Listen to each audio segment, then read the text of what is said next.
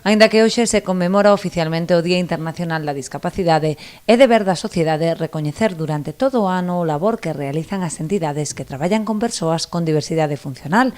Así o entendeu o Concello de Ribeira, que quixo brindarlles unha recepción aos representantes de Ámbar, Amicos e a Creba. Agradecimento deste Concello, senón a visualización que merece o seu traballo e a visualización que merece todo o que queda por facer. Eu creo que hoxe en día a sociedade cada vez é máis consciente dos dereitos que lle corresponden a todas as persoas e con máis a aquelas as que lle é máis difícil acadalos. Os responsables das tres entidades sociais quixeron poñer de manifesto as dificultades que supuxo a COVID para desenvolver o seu traballo nos meses máis duros do confinamento, cando as familias tiveron que asumir as tarefas que habitualmente se realizan nos centros de educación especial.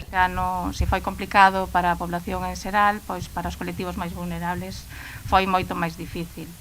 A brecha digital foi importante nos nosos colectivos porque non pudemos chegar todo o que nos gustaría por falta de medios e por falta de habilidades moitas veces para o manexo.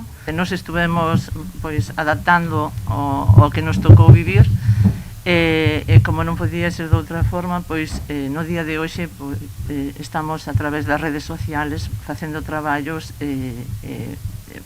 facendo participar a sociedade.